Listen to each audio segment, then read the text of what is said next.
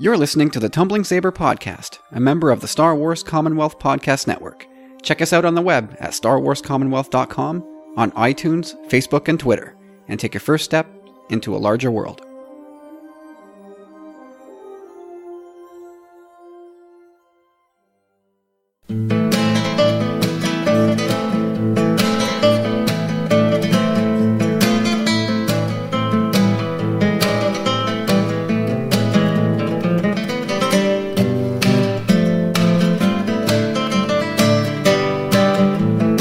Hey everybody, so today, got something really cool for you guys. It's a one-shot edition of the Tumbling Saber podcast. I may eventually name this something else, but really cool. This is something I've been looking to do for a long time. So today, I've managed to track down one Ryan Johnson. Not that Ryan Johnson, but Ryan Johnson from Moose Jaw, Saskatchewan, who is said to have the largest Star Wars collection in all of Canada, which is, if you've looked at a map recently, Canada's a big place with a lot of people. So to have that claim to fame is certainly something very impressive and something that I want to learn more about, and I'm pretty sure you'd like to hear about too. So I'm thrilled to be able to have got the chance to speak to Ryan and learn a bit more about his 25,000 piece collection, and probably more than that now.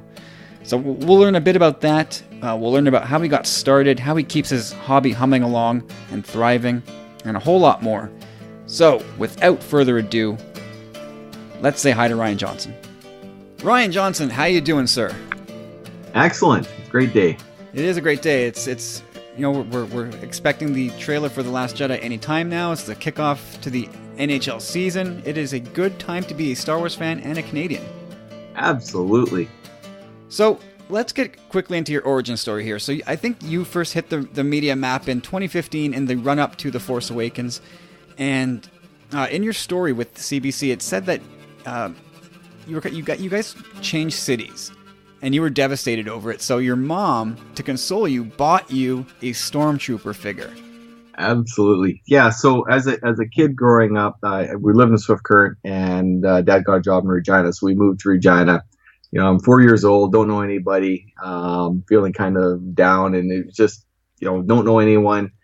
It was a new subdivision at the time, so there's not a lot of kids yet. Houses are still being built, so you're kind of by yourself. You have no one. And so Mom bought me a Stormtrooper figure, and that was my first Star Wars figure. Never seen the movie, never heard anything about it, never saw a commercial, but I had a Stormtrooper. This is pretty cool. And so, of course, look at the back. Oh, there's another 11 figures I do not have. So I have the other one. So I think my second one was a Princess Leia. But anyhow, Mom bought me my first Stormtrooper, and that was my absolute favorite figure. I still actually have that one. Wow. I have most of my toys as a kid, but that one I definitely can spot because it's the most beat up, chewed up figure I got. But it's definitely the first one I had. And then Princess Leia, and then after that, then it was just, I couldn't tell you the order after that, but I had to have them all. And so that's how it started. So that was it, really. It's at 4 or 5 years old, you get this one figure, and really the rest is history. You were bitten right off the hop. Absolutely. Well, it opened, because I hadn't seen the movies, I had no idea what to expect. I just see this really cool guy. Looks like he's in white armor. He's got a really cool looking gun. Then you get, these other figures, and you have no idea how they play. So with imagination, you just play with the figures. And again, the best part about Star Wars toys was, as a kid, was playing with them. And, all my stuff as a kid is all, they're all beat up and well played with, right? So that was my childhood with the toys in my imagination. So then when I finally first saw Star Wars was when it came out with Empire Strikes Back in 1980. In Regina, they had a double feature. So they had play back to back at, I think they used to call it the Empire Cinema or something like that. It was on Broad Street anyhow. It's long since gone. But I just had my tonsils out, and Dad wanted to make me feel better, kind of thing. So I just got out of the hospital, not feeling very good, and come in and got to see Star Wars for the very first time, and Empire Strikes Back right after. I'm like, wow, this is amazing. So you finally get to frame up all these characters. You finally get to see how they slot in with one another. Exactly. And then a couple other things I had seen. I have a couple other memories as a kid of Star Wars before actually seeing the movie. Was the holiday special that everyone hates so much. And I have to say, as a kid, I remember coming home and watching half of it. The kind of scene where Chewie throws the trooper over the side of the treehouse, and the guy drinking alcohol through his top of his head, and it was something I saw as a kid, and of course no one ever believed me because I'm telling my kids at school, hey, I saw this weird thing. It looked like a stormtrooper. It was like some Star Wars things on TV, and they're all saying I'm insane because it was only ever the one time, and unless you had a beta vision or a beta, and few people may have VHS at the time, almost nobody saw it unless you were happened to be home that time. And so I saw that, and it took me, I bet you it was the late 80s, but I finally got a decent copy from somebody who copied it from a beta vision or from a beta onto a VHS. And of course now it's all on digital. But the best part of it was the commercials and the Boba Fett scene, hands down. The rest of the show, painful. But that was a hard one to get because at the time most of my friends still didn't know what I was talking about because the internet wasn't around yet. It wasn't something where now you just Google it and bang, here it is. And it was at the time before it was easy to find, right? But anyhow, that was my very first thing of any reference to Star Wars. But because nobody saw it, I couldn't share with anybody, and I wasn't really sure if I saw if that was Star Wars or not, or just a piece of it. But anyhow, so long story short, that was my very first indication of seeing Star Wars. And then, of course, after seeing Star Wars Empire together, we had to have all the toys because just had to have them. Then we saw the making of Star Wars and the making of Empire Strikes Back, and I think by then, this would have been before Jedi. I think you start buying videotapes at a reasonable price as a kid. I think $100 for a cassette tape, if you can imagine that now. That's crazy. But that's what it cost if you went to a video store to buy one, and most of them didn't buy them, you just rented. But I had to own it, so I had to work all summer kind of thing to make enough money to buy my videos. So, but yeah, so that was the early '80s, and then when Jedi came out, I was number 3 in line in Regina. I remember Dad dropped me off early morning. I think the first show was at 12 or 1 o'clock in the afternoon, and it was a blockbuster because as a kid, I was like 12 years old, and the block was full of people all the way around. So I was one of the first people to get into that one. And if I remember right, they were giving out freebie movie portfolios type things. And so I have that, and that's in my childhood collection bit. So in my collection, I have everything broken up. So childhood stuff ain't mint, well used, well loved, but not really display worthy. So I have that in a special place. The house burns down. That's the box I'm grabbing. Yeah, I got lots of really good, cool stuff, but that's the box I'm saving. Yeah, all the memories are tied up in that box. Exactly. Yeah, so it's hard to break away from. So that's the more important one. So yeah, so that long story short, that's kind of how I got into it. And of course, with my imagination, and I'm 44 now, and I still have a great imagination, and I still always think of the Star Wars universe as a kid. So when I collect stuff, it's almost like feeding that first time.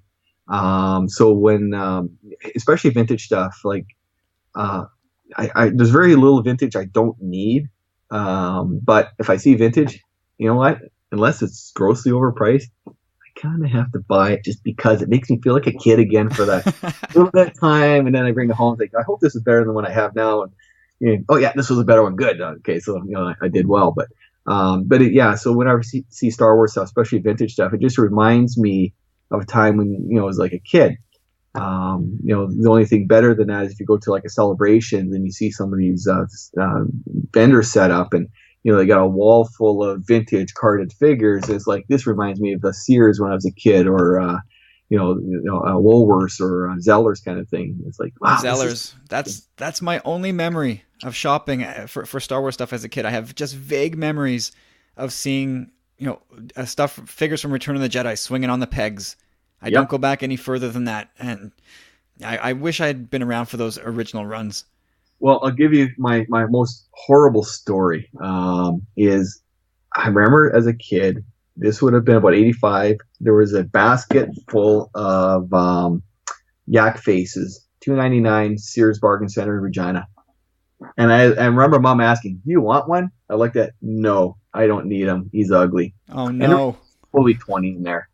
Yeah, all power of the Force card. Of course, they're now anywhere between $2,000 and $10,000 depending on condition. And Yeah, I paid dearly for mine now, but at the time, yeah, $3, and I could have probably bought like all of them. And nope, nope, and didn't think I would ever do it again. But that was my weakest moment in my life, and that was also the dumbest thing I ever did or didn't do.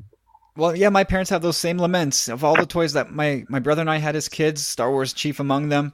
Yep. And we go to cons all the time, and we'll come back and say, "Hey, remember that toy you bought us as kids? I saw it today. Guess how much it was? $3,000." And they go, "Oh my God!" Like, imagine if only they had known, they would have Yep. just bought us all these toys and never given them to us. But the reality is because we played with our toys, that is why they're worth something. Like the stuff they make now, unless it's a variant that was a printing mistake or a very, very limited run that you can't just go to the store and buy, the stuff they make now for the last 20 years is going to be worthless. It's worth less than really what you paid for it. But that's if you're buying stuff because you want it for value. I'm buying because it's artwork to me. I mean, my whole edition and stuff set up so I can display it to see it as much as I can, and then I every once in a while rotate stuff out, put new things up. But yeah, that's the reality. Is the reason why the old stuff's worth something is because we played with it and we didn't keep it mint and package. And nowadays, Exactly. everyone's got this idea, got to keep it mint because it'll be worth something. Like, you're fooling yourself if you think the new stuff is going to be worth something. It's just too mass produced, and everyone's keeping mint. It's actually almost rare to find a toy played with. That's true. It's So true. yeah, that's my musings anyhow. It makes total sense. Yeah, because we created our own scarcity as kids. Yeah, We trashed the packages, we trashed the toys, and now we're all precious about it. Let's keep everything in the box. And if you want to keep it that way for appearance's sake, for displaying like you do, perfect. yeah, But but you're not going to set up your a trust fund with this stuff anymore. exactly. It just takes up space. No, with my kids, I always buy extras of the new stuff or newer stuff so that they have that to play with. So I never had to worry about risking coming home one day and seeing the boxes all ripped open, and kids playing with them in the middle. So I've always bought them their own. These are yours. You rip this open, it's okay. But the stuff over here, it's on the wall or in a rack. You can't touch those. Leave those alone. In fact, I've been pretty lucky So far. so far. Once they get a little taller, a little stronger, maybe not so much. Well, my son now is what, 14, 15. Oh, he's 14, 15. Oh And boy. All right. but when he grew up, he was a huge, huge Star Wars fan, and I probably had a lot to do with that. Yeah, now he tries to avoid Star Wars like the plague, at least with his friends. But I still think secretly he still really enjoys it. But it's not cool right now as a 14-year-old to be a Star Wars fan. My daughter, who's like 3, she loves, especially his new Force Destiny line. She's pretty pumped for Halloween. She'll be a Pink Vader. Awesome. I didn't even ask for that. She just decided on her own. Hey, I want to be a Pink Vader. I will support that. My wife's going to help her. I got a friend making a nice pink Vader costume. She'll be a good Pink Vader. That's amazing. Yep. Love it when they get involved young. Yeah, absolutely. I So- hope when so- she's 16, though, she still at least appreciates it. Yeah, yeah. Well, teach them up right, coach them up right. You never know. Yeah, exactly. So, what did your parents think of all this in the '80s? Were they sort of enablers, or did they try and pump the brakes for you a little bit? I remember Dad talking to me about, maybe you shouldn't open these figures, and Dad actually was maybe a little smarter than I was. He's a visionary. Yeah, he thought, maybe you might want to keep some of these mint packs. I remember, I think the last Stormtrooper I opened up, what they used to do is they used to buy Star Wars figures and they would hide them. And then for my birthday, they'd give me 4 or 5 figures. And, sometimes they're ones most of the times they're ones I had, but, they were still in variety packages and stuff. Of course, as a kid, I didn't care. It was just, I need it ripped. And I remember Dad, the last time he gave me a bunch of figures for a birthday or Christmas or something, it was kind of like, okay, you may want to keep these ones mint and, nah, rip. Oh, And yeah, well, hindsight is, yeah, but you know what? I don't care. It's fun still buying the old mint stuff in package to me. Even loose stuff is pretty cool because you almost never see it anymore because most people have hoarded it away now that have it. But occasionally I'll get a phone call from a guy that says, hey, I've had this stuff for 30 years. I don't know what to do with it. We'll go through it, and I'll go through it. And, sometimes I'm surprised. Like, oh, wow, and, yeah, he's got Blue Snaggletooth. Oh, well, I got 3, but, yeah, I'll tell you what. And a lot of guys, they just want to get rid of the whole collection. So I'm the kind of guy that, okay, I hate to say this out loud because I'll get 1,000 phone calls, but if there's a lot of stuff in there, there's a lot of things I need, I'll just buy the whole collection out. And then, yeah, I got doubles. And what do I do with the doubles? Well, I'll throw it in storage or find someone that really wants it and trade it off for stuff I needed better. But yeah, so, you get these occasional things, but you never go to a garage sale anymore or things, because if you find a Star Wars, for most part, top dollar, I'm like, well, I really don't need it, so I'm not going to buy it. But sometimes if you get enough stuff together, you can get some decent things, and it doesn't cost you quite a mortgage payment, but depends. You gotta do your research, right? Yeah, absolutely. So you mentioned before that you have a box of toys from when you were a kid.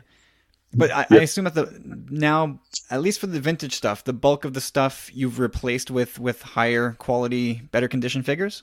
Yeah. So I'm one of these weird collectors. I have a collection charter, and it's been revised many times. I mean, and my collection now is focusing on anything that's action figure, playset vehicle, trading card, I really like Star Wars Armada and X-Wing series. It's just fun to play, but the detail is amazing. So I pick up that, the original, anything vintage for the most part, but anything that's more modern, it's got to be a figure or something related to that for me to collect it. But so on the vintage stuff, I want the best condition thing I can get. So if I can get a AFA 90, I'll take a 90 if I have a 75. And I'll trade off the 75 for something else I needed. So at the end of the day, I want to have a complete ultra mint set of everything vintage, and all the modern stuff I already have that's pretty well, AFA 80 or better. I don't AFA any of the modern stuff because it's just no point. But I do have a few odd things, like Hasbro came out with a Boba Fett to appease us. I'll backtrack. Most of the collectors out there will know this. When we were kids, we all bought all the figures, cut out the proof of purchase, sent them off. We wanted the jetpack firing Boba Fett. Everyone wanted that. And every single one of us was shocked and disappointed when we all got the little box, came in the mail, and we opened it up, and it's just a regular Boba Fett with in a Kenner baggie. And the jetpack never fired. Back in 2010, Hasbro finally felt bad enough for us collectors, and I don't remember the release. It wasn't a large release. It might have been like 5,000 figures. That they released a mint on a Star Wars card. Of course, it's a reproduction, but it was a jetpack firing Fett. Finally, we got this figure that we've been waiting almost forever for. So, of course, I was able to pick up 3 when I was at Celebration. Like, yeah, I got to have these just because. So I ripped one open, so I got one on display, and I got one I put AFA'd because no collector should be duped thinking it's a real one, but hey, that's the one that we all wanted, And I don't know if you follow any collectors on eBay and that, but I think the rule of thumb is there's 3 verifiable Boba Fett's with jet firing packs. But if you look at eBay and all these other collector sites, there's got to be 100 of them. I have a feeling most of them are fakes, but it's one where at least I know mine's a fake, but it was Kenner being nice after 30 some odd years of leaving us in the dark of what we wanted. So anyhow, so that one, because of what it is, it's not worth a lot of money, but I had to AFA that one. So there's a few choice pieces I'll AFA, but only vintage stuff for the most part gets AFA'd because it's just not worth it otherwise. Yeah, exactly. I mean, if something happened to my episode 1 figures, I can buy a complete set of episode 1 figures on eBay from the US, and they won't be Canadian carded, which will suck, but at least I can get them. Yeah, I still have this theory that somewhere is a warehouse full of Phantom Menace toys. I'm sure. Absolutely. Yes, there is. Yeah, well, they so mass-produced that stuff, and it didn't quite. Initially, I think it sold very well, but then it started getting slower and slower, and then there was a lot of deals to be had at the end of that movie run, and that's a good time to go buy stuff that you weren't really going to collect before. But that's when I was still a completist. So back to my my collection charter is my first version was a completist. I wanted everything. Well, it doesn't take you to be a rocket scientist to realize that there's so much mass-produced and marketed stuff out there. Unless you're a billionaire, you're not going to have it all. But I tried hard. You gave it a shot. I put a major dent in. So most things that came out in Canada from about 85 to about 2001. That wouldn't be probably 99, episode 1 for sure. But after episode 1, I started focusing and narrowing down what I was collecting. But yeah, if it came out like a pencil case or a freaking eraser thing, I'd pick it up. Food, yeah, I got every freaking food box they ever came out with at that point. But some of the vintage stuff though is harder to find. But as I find it, I'll still pick it up. But if I was smarter as a kid, I would have done it much easier. But it is what it is. So you still have an old C-3PO's box, the cereal? Yes, I have General Mills, 3PO. What was the other one? Was it R2D2, 3PO, Chewbacca. There's a Chewie one. Yeah, I'd have to really start searching for them, but yeah, I got them. I remember having a box of C-3PO cereal as a kid, and I just wish I had that box again. I'm sure they're available. Oh yeah, there's with the invention of Facebook, and the collector groups out there. If that's what you collect, there's a Facebook group just on the cereal boxes. And you can get into a very nice, very focused area, and there are people that collect that.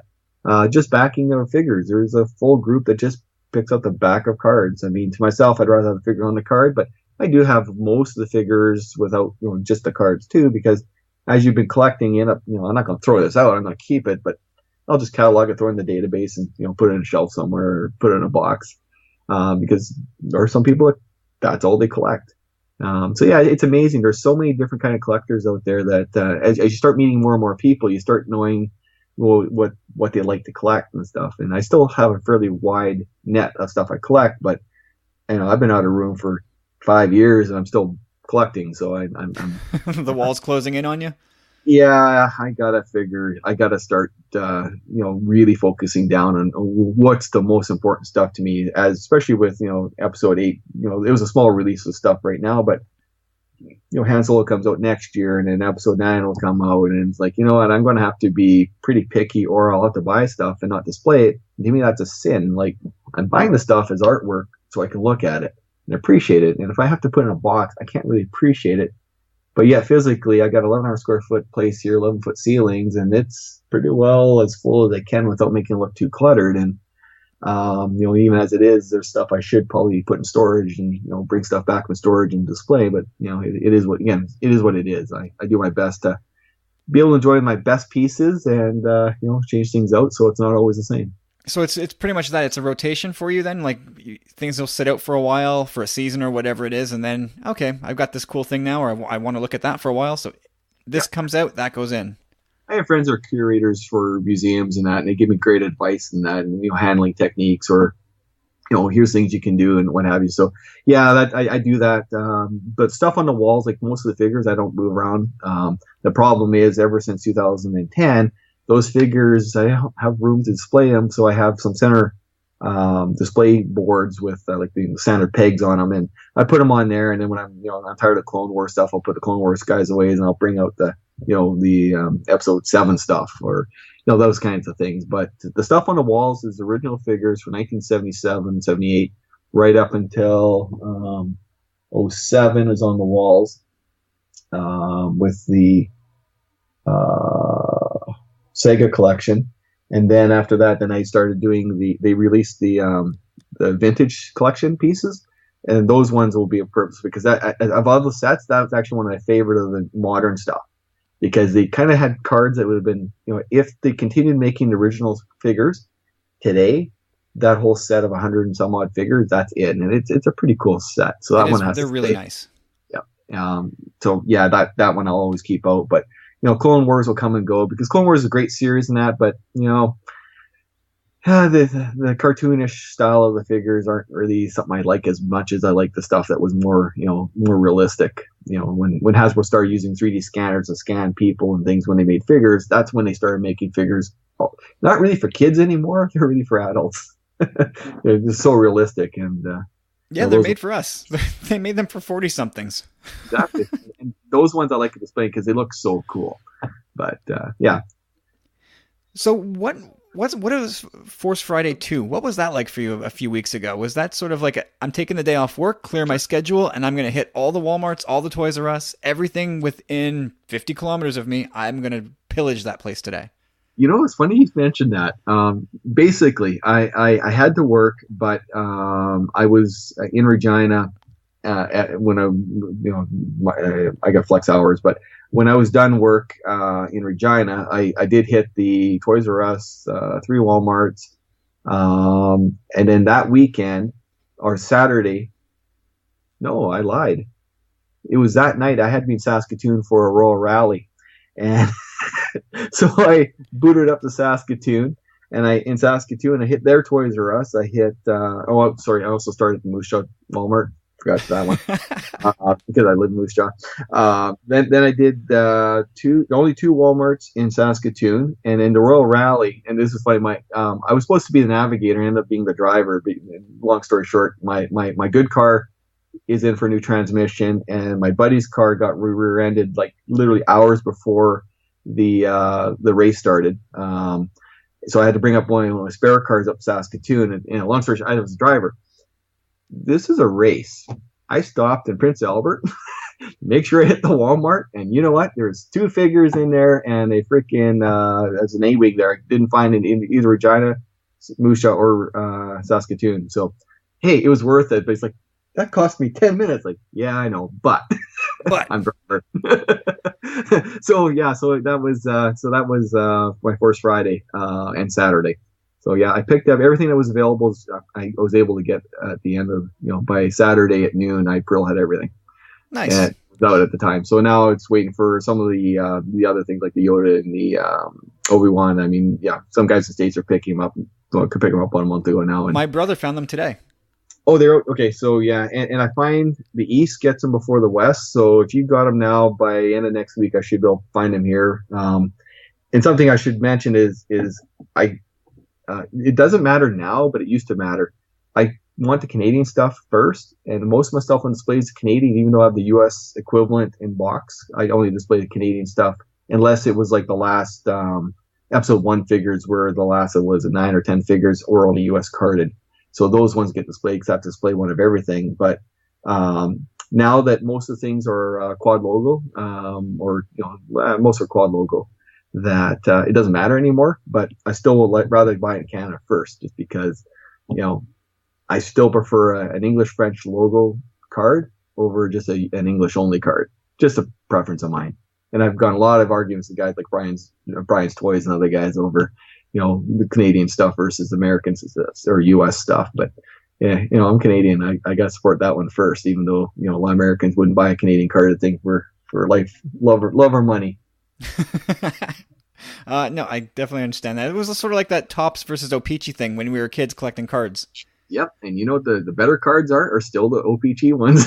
They were, I always found that the printing was better and the cardstock was a little bit thicker. Yep. Yeah, and but again, as a collector, I have to have both sets, and I couldn't tell you how many cards I have. They're both Topps and O-Pee-Chee of the vintage stuff. But yeah, I got trays of them. Nice. I can spot the Topps from an O-Pee-Chee without, as soon as I open the box, without even seeing the card face. So you can see the edges, you know which ones it is. So I wanted to ask you about the thrill of the hunt. Now, we have so many ways in which to do that now, whether it's flea markets or retail or Amazon or eBay or Facebook groups. Yeah. So what makes me the most excited is if I'm walking somewhere, if I'm in Europe and I'm walking, I'm a magnet to toy stores, comic stores. And so even in Europe, I'll come in. Some of my favorite pieces that I picked up were things I picked up while I was traveling, because I wasn't expecting to see it, and I happened to see it. And yeah, it may not have been perfectly mint, but I got it in this little town in Bruges, this Anakin multi-logo figure. Had to have it. Those kinds of things. But so if I can find it in person, that's number one on my chart. That's what I want to find. If I can't find on there, eBay is my last choice. So I will then go word of mouth. I'll do Facebook. There's not getting enough collection groups now, as I'll throw a post out. Hey, I'm looking for a Lely Scout Trooper mint on card, AFA, or at least grade 7 or 70, 75 or better. Tell me if you got one, and then if they do, then I'll make a deal and then get that way. eBay I can get most things on, so it's not really a fun or a challenge.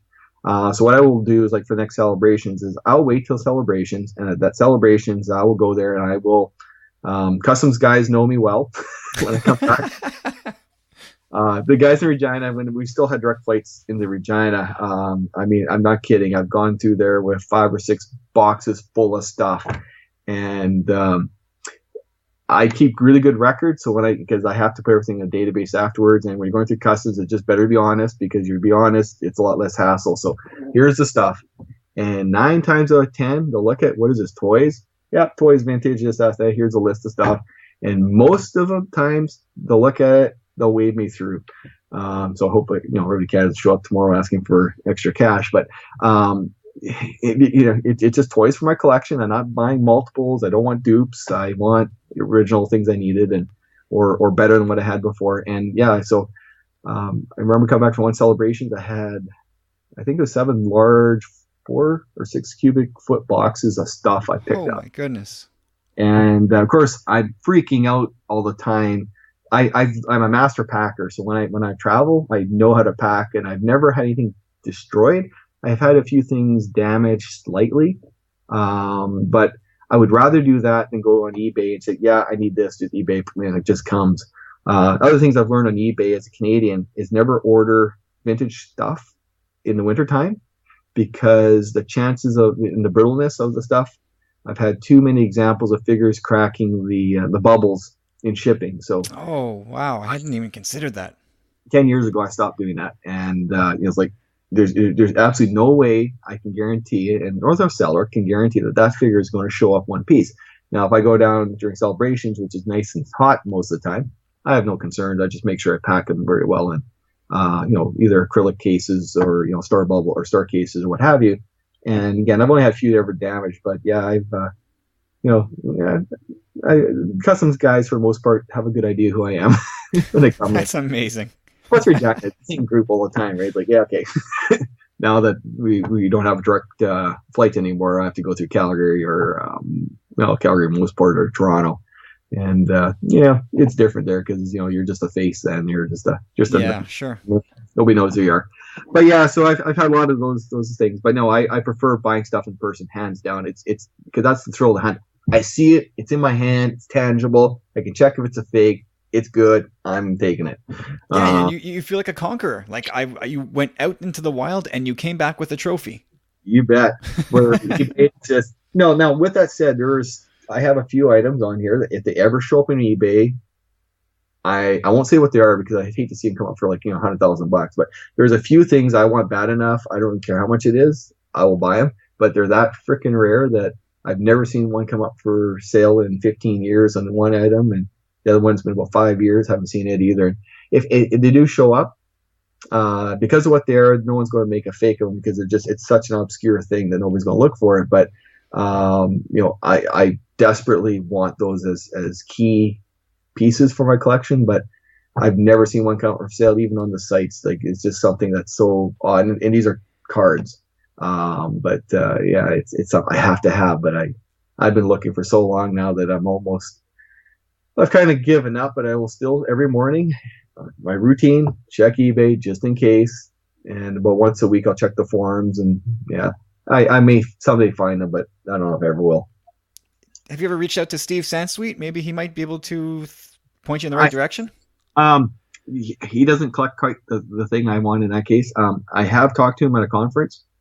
I have talked to his staff many times. I still have one of those open invite. Well, after what happened, I don't know if I'll have an open invite, but I believe I can get in to see his collection at some point. But I haven't been in that area of the States in years. But I definitely do want to go through his collection. But yeah, no, I've talked to his staff more, but I have talked to him at a conference. And at the time, we were talking about, Canadian collectors and such a small group. And it's hard to find things. And, where, he has a lot better contacts. And, he's a very friendly guy. So, yeah, pretty good. There's also Gus Lopez. I'm on Facebook with him. And I am with Steve, but Steve doesn't really do much on that other than, post videos occasionally. But Gus has more access to Canadian type stuff. So Gus is a better guy to talk to for that kind of stuff. Right. So you talked about packing, that you're a master packer. So in the hypothetical situation that you need to move and pack all this stuff up, are you gonna let the movers handle this with white gloves, or are you taking care of this yourself? That is funny. Let's say this. When I moved from Regina to Moose Jaw in 98, I had three, at the time my collection was only vintage stuff. I had 3 boxes that the movers were not to touch, and I took those myself. Long story short, when my first wife and I split, I had my friends and stuff do all the packing with me, and we were very careful taking that stuff. But I did lose. I in my head I had 1 or 2% loss rate in my head. I only had 3 items that were damaged, so it was minimal damage. But I'm pretty careful. But at this stage now, I wouldn't even know how to move this. I'd probably have to hire curators from museums and my buddies, and it would take a month just to pack this one room up, and then the stuff off site storage is well packed, so that stuff's easy to move because it's already packed. But to put this stuff away, I'd be scared to think about how much effort that would be. As my wife and I said when I built this house, this is a forever house. It's not, no matter what happens, I'm staying here till I die. And if you outlive me, throw my ashes in an urn into the collection until you go. And then in the will, I was kind of joking that someone like a Steve Sansweet nonprofit organization would be a good place to donate the collection to, because when I'm gone, there's just too much stuff to even deal with. Unless someone's a .com billionaire, I can't imagine. My wishes would be not to sell the collection to an estate, but I could see going to something like a nonprofit organization like Steve Sansweet Group, where Rancho Obi-Wan, where hey, at least they'll keep the collection intact. It will be mixed in with with other stuff. But in reality, he's got everything I have. There's very few other of my unique pieces that he doesn't already have. So, but you know what? That's about the only collector I know out there that actually wouldn't turn around and sell it on you. Yeah, I can imagine that. So in 2015, when you first came onto the scene here, thanks to our wonderful media, you were estimated to have about 25,000 pieces, and you keep adding to it monthly. Yeah. A couple things I probably shouldn't do is talk numbers like that, but I did. And it's funny because when CBC was here, again, with my regular job, I do a lot of media interviews, and you got your 3 talking points, you stick to them, and it doesn't matter what the media asks, you stick to your talking points. Is kind of what they teach you, right? But after 3 hours of talking, when the cameras are on, they pick and choose what they want to put on, and sometimes they don't put the best stuff on, in my opinion. Like if I was the editor, I would have completely a different news story, in my opinion. But it was still a good story. But it's just, they're only trying to do, they only got 30 seconds or 2 minutes to do it. But you spent 3 hours talking about stuff, and so they picked their stuff. Anyhow, long story short, I think unique stuff, I'm probably closer. I thought it was 50,000 unique items, which means no duplicates. And then if you took duplicates and stuff, if you count cards, it'd be hundreds of thousands, but you can't count cards because they're worthless. But yeah, if last time I tried to have my collection appraised, Lloyd's wanted about $600 US a month for insurance, and at that point, it's like, the place burns down. I just done collecting, that kind of thing, because I just, there's just too much money just to insure the thing. So I built a fireproof place where, anything is destructible, anything is, someone can break in. But the reality is I've done my best to make it secure as I can. It's uninsured. It goes. I'd be devastated, but I mean, you get insurance and this kind of stuff. They'll give you a Vader. They will not get you a 1978 12-back Vader with a double telescoping Saber. It's not happening. They'll get you a modern $10 Vader and call it good. So it's not worth it at all to insure. Unless you do someone like Lloyd's, where they'll insure anything, but it's at a cost. So sure. And that quote was over 10 years ago that they wanted that insane amount of money. So like, and I wanted to send them the databases. Here's what it is. Tell me roughly what insurance would be for a full replacement, and it just ain't worth it. So so I'd rather put some of the money into making sure I got a fire rated place that, in theory, shouldn't burn down, or short of an airplane crashing into this place. And, it doubles as a bunker. Yeah, not quite that strong. But yeah, so that's what it, yeah. So yeah, I still spend probably more money than I should, but to me, I could be spending on other things, and this is something I've been doing all my life, pretty well, at least all my adult life, and I'll continue doing it because it's what I enjoy. But my big Absolutely. my biggest problem is I just don't know where to put stuff now, and I'm seriously trying to figure out how do I maybe add another addition to the addition, or do I add, put a second story onto this one, and just double the floor space somehow. And so anyhow, wife and I are kind of debating on that. I mean, when I built this place, it was built with the intent I could do that, but I got two kids, I got a very demanding job, and it's hard to find time. Oh So, yeah. but Uh, I'll still do it. It's still worth it.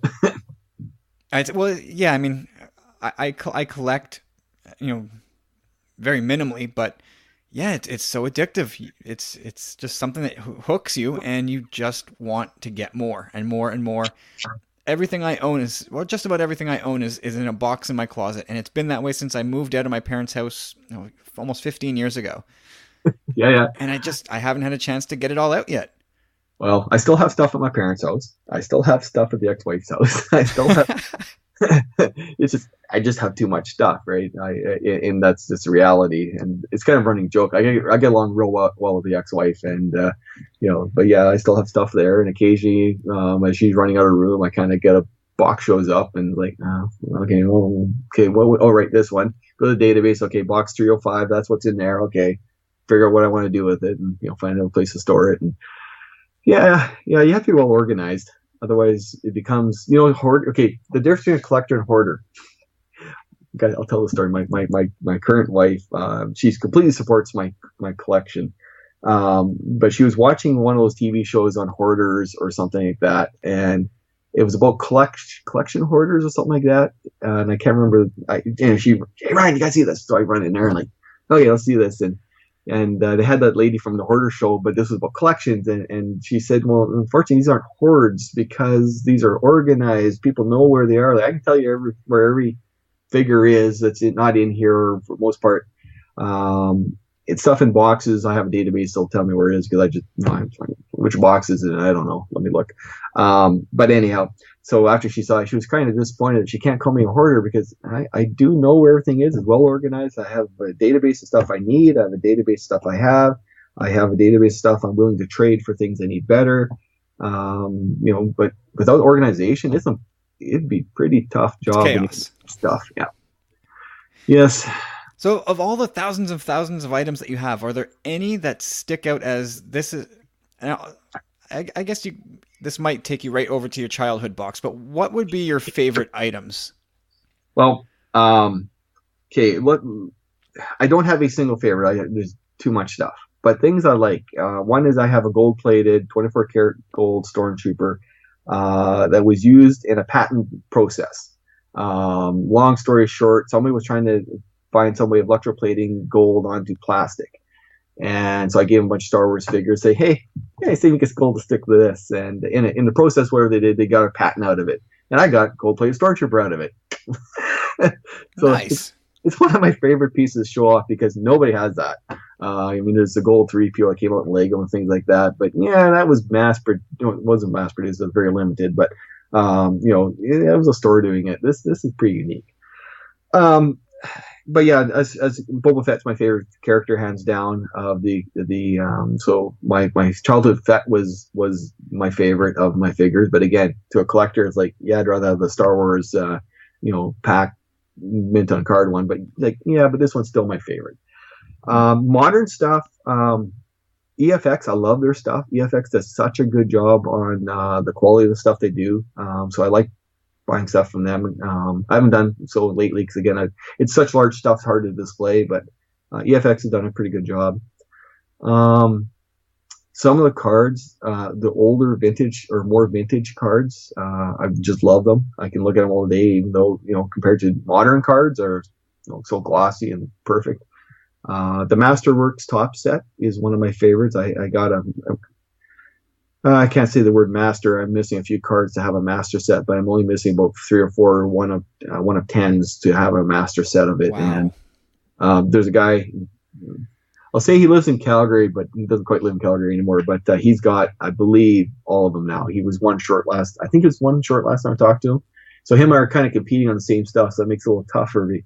So when you talk to the American card collectors, they definitely know him, and most of them have learned to know who I am. But I love that set. It's the first one was such a beautiful set. But problem with Topps is they want, you got your base card, you got your blue, you got your green, you got your red set. I mean, they push all these parallels to make it very expensive to get a master collection of a set, and I'm kind of frustrated with that in general. But when it comes to beauty, the first one they put out was a beautiful set, so that would be on my top of my list stuff. And then any vintage carded figure, they're all beautiful. There's something about that package, isn't there? There is, and it's I don't know, it's an adrenaline rush. You see it. Oh my, gotta see it. Even stuff I have here that I look at a lot, and I pull it off the wall and looking at it, brings back memories. It's like I don't know, just like music is to some people. You hear a song and it puts them in a certain mood automatically. Me, I see vintage, it's like boom. I don't care how bad the day was.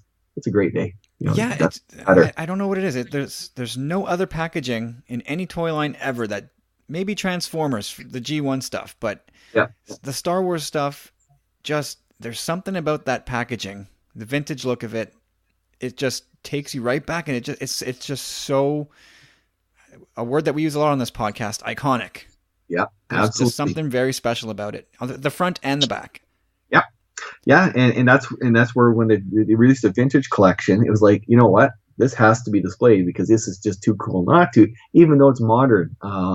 It's just too darn cool, especially when it came with the Revenge of the Sith line or parts on there. Like, there's a lot of collectors that collect and have successfully got the Revenge of the Sith carded stuff, but you're paying top dollar for it, and it's nice to have that kind of stuff, but when they release that set, like, hey, this just works. Absolutely. So we've only got a couple questions left here for you.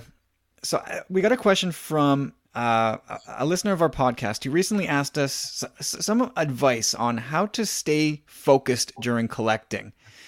Now, he doesn't want to get all scattered all over the place.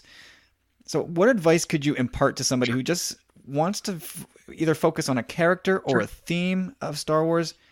How do you keep your laser focus when you're collecting? Okay, so I may not be the best guy to ask because I started as a completionist, and now I have had to focus more and more. But what I'd say is focus on a theme. My theme is mint on card figures, toys, cards, and I've tried to narrow that down, but that's a fairly large area still. Excuse me. But if I was talking to, say, my son or someone who just driving off the street, I would say focus on what you love best about Star Wars. Is it the action figures? Is it the cards? Is it I don't know, something different? And is it something that is it just one or two characters you like, or is it do you just like the Empire? Do you like the Rebels? And then start defining what it is that you like about it, and then start building your collection on that. I mean, I've seen some beautiful, Gentle Giant, especially on some of these Star Wars forums or man caves. There's some very beautiful collections who just focus on the Gentle Giant. Like, I have a lot of Gentle Giant, but I have no room to display it, so I've only got a few choice pieces out. But I can't do justice. These guys have beautiful displays, but that's what they want. So if you love those, buy a Gentle Giant, find a place to display it. But whatever it is you're collecting, make sure you display it. Don't buy it, throw it in a box so nobody can see it, because at that point, then it really isn't. You're not really doing the collection justice. Just to say you have it and you can't display it. And of course, this is where it's hard for me to tell people that, because I got more stuff in a box than I have out on display, but I just don't have the room. But if I was starting over, it would be Stormtroopers, Boba Fett's, anything related to them, and then expand into their vehicles for them. So anything that's Slave One for Fett, and Vader's TIE Fighter and stuff, and then maybe start to Star Destroyers or Lego, those kind of things. So try to find what it is you love about the collection, or the movie. Start with the movie. What do you love about the movie? And then define that, and then keep zeroing down to something that's manageable. And then if you can manage that and you still want more, then add to it. But coming in trying to think you're going to buy everything, it's a lot of money, a lot of time, and it's a lot of space. So I would say focus, zero in on what it is you like best, and then work your way out as you can. I had to do mine the other way around. I started really broad, and I've been narrowing down. And I expect if you talk to me 10 years from now, it will probably be cards, just figures, because that's all I got room for. Or unless, of course, whatever. So that'd be my advice to someone collecting. Is start with what it is you love about it, and work back, as opposed to try to start out and work in. It'd be easier for you. Yeah, that sounds reasonable. There you go, Stu, from the expert. Yeah, one more thing for Stu is sometimes helps be OCD, and catalog what you have. There's nothing worse than I come back from Toronto and I buy a bunch of stuff and I forgot to bring my laptop, and I bought stuff I thought I needed, and I come back home like, oh, more stuff I didn't need. Oh well. So have some way of tracking what you need. That helps, because you sometimes waste money and time on things you probably didn't need to do. So I'd say be organized and try to be the best organized you can. And I got little books I take when I travel now, so of my key items that I'm looking for, and those ones I know in my head, but sometimes I should just double check before I buy that. Good to know. I'm kind of on the right track then, because I have little Google documents uploaded to the cloud that if I'm out and about, especially with the vintage comics, yep, and if I'm flipping through a rack, do I have this issue or do I not? I lose track. It's a great way to quickly pull out a document and say, I don't have that one. Yeah, exactly. And comics is a great example. Like, mine, I had some damage years ago done, so I had all my vintage, at least my 35-cent ones were still good, but I had to replace a bunch of them, and so I kept the original ones, even though some of them were damaged from water. And it's, again, I know I have it, but I want the better condition one. So when I'm traveling, I have to look. And again, it's a grade condition for me. I want the best graded one I can get. So if I can get a 9.5, I'm taking it. Especially if I only have a 7 right now, that kind of thing. So yeah, Google Docs is great. Awesome. Technology is a great thing nowadays. All right, so last question. We'll break away from collecting, but I got to ask you about The Last Jedi. What's your hype level at? What are you looking forward to? What's got you maybe a little bit nervous? Okay. Good questions. So let me take a step back at episode 7, because I went into a Facebook lockdown. I didn't want to have someone wreck it. So my rule of thumb, and I've maintained it for this movie as well. If it's not something released as a trailer, I don't want to know. I want it to go la la la la. And most of my friends respected that, and nobody wrecked it for me. And of course, I hit the opening nights or opening days or evenings and what have you on for the movie. But for this one, what I've seen is the only trailer. The trailer, and then a little bit of making with the trailer. So what I'm seeing is slightly concerning. So is Luke kind of gone bad? Because Disney, when they bought the brand from Lucas, they kind of threw out all the canon, and they said, well, that doesn't really count. And then they've come back and said, well, okay, we'll call it Legends now. So all the freaking novels I read and stuff may or may not exist. But, when we heard Ben Solo, okay, well, it's him and Ben Skywalker. So is Rey his twin, or is she the Skywalker instead, or is she not either of the two groups? And so there's a lot of those questions that Seven had.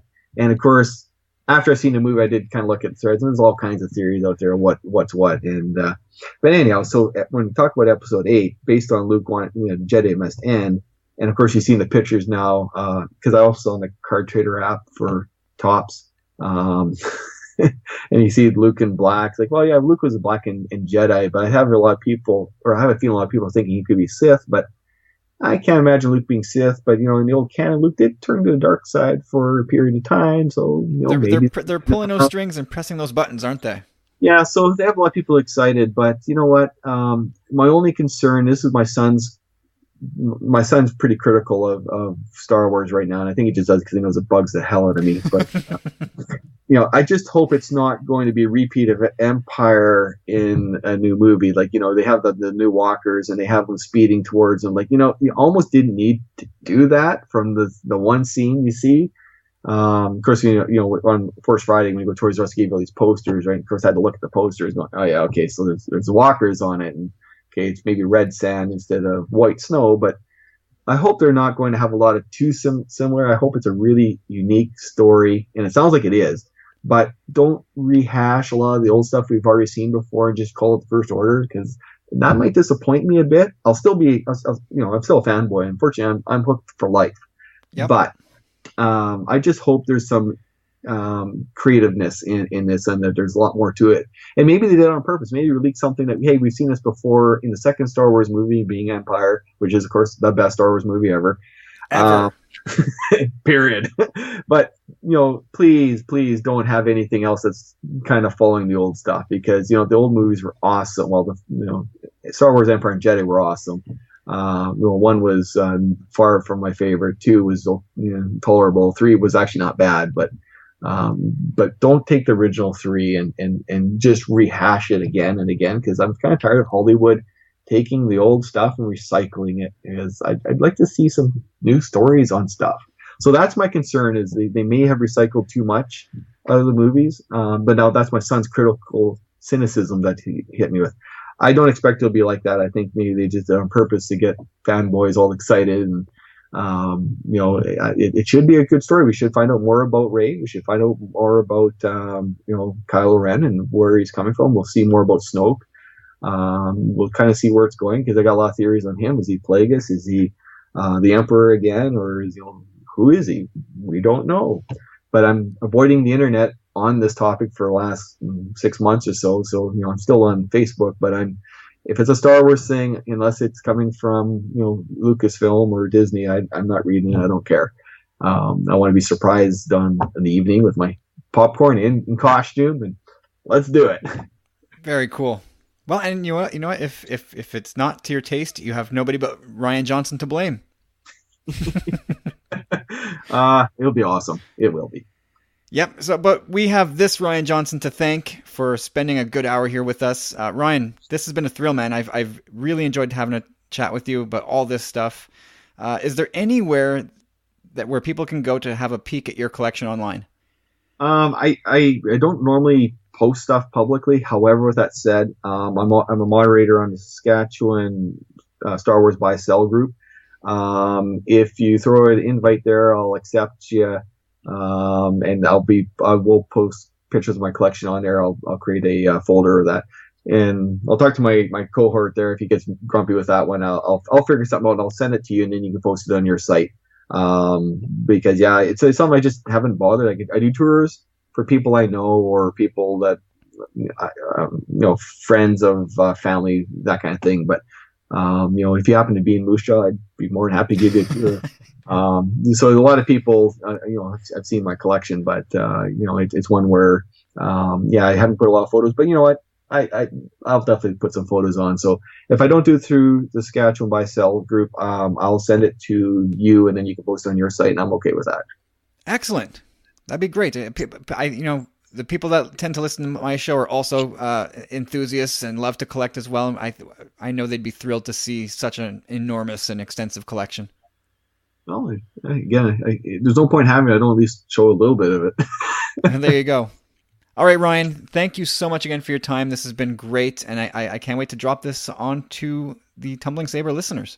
Awesome. Well, thank you very much. I enjoyed this. It's nice talking with someone that enjoys Star Wars. I mean, at work, I can't do that. Most of the guys I work with, they're not going to talk about Star Wars. They might like the movies, but they don't collect it. They don't live or breathe it. They don't name their car after a Star Wars character. But I do. Yeah. I tend to do that as well. But maybe we can get you back on down the line. We'll catch up with what's going on with Han Solo or Episode 9. We'll see where we're all at. Awesome. Thank you very much. All right, Ryan. Thanks a lot. Cheers. Now, how cool was that, guys? I had so much fun with that interview, and Ryan and I chatted for another good 45 minutes beyond the end of this conversation. He's such a cool guy. So generous with his time, and man, has he got some cool stories left to tell. So we're definitely going to have Ryan back on at some point in the future. But now it's time for me to say goodbye and get on with preparing for episode 96 of the Tumbling Saber podcast. It promises to be a big one, guys. I got to say thank you to the powerful friends who made this podcast possible. And if you want to hear more of this kind of thing, and you're not yet a powerful friend, head over to patreon.com/tumblingsaber.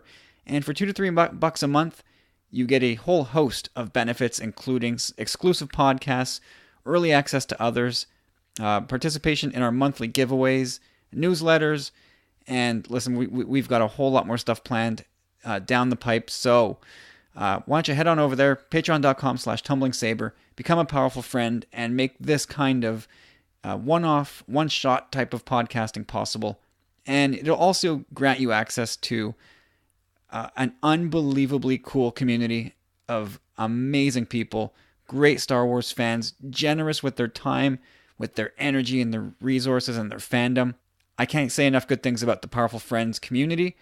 The friendships that we've forged in a very short time are just unbelievable. So if you like Star Wars, you like what we do, head over to patreon.com/tumblingsaber. Help us out, and we'll fill your ears with Star Wars goodness. So that's it for this week, guys. Thanks so much for listening. I hope you enjoyed this. Please send me some feedback. Let me know what you think. Ryan is eventually going to send me some pictures of his collection, which I'm going to pop on our Facebook page and on the website. I'll direct you all there once I get those pictures. And that's it. So again, thanks for listening. Enjoy your weekends. I hope this is a suitable fill-in for what should have been a Journals of the Willing week. Unfortunately, we couldn't make it happen this time around. Steve, busy guy that he is well on his way to married life. So Steve is on his bachelor party weekend starting right about now. So congrats to Steve. If somehow he manages to put Tumbling Saber podcast as part of his bachelor party festivities, Steve, congratulations, my friend. Have a great time. Keep in touch. Let us know that you're still alive. And for everybody else, have yourselves a great weekend. And we'll talk to you in episode 96 of the Tumbling Saber podcast. Can't wait to get that to you. It is going to be an awesome show. Me and Corey are stoked, as we always are. And for those of you lucky enough to be playing Battlefront 2 beta this weekend, you lucky dogs, enjoy that. Let us know how it's working out for you. And again, we'll catch up with you later.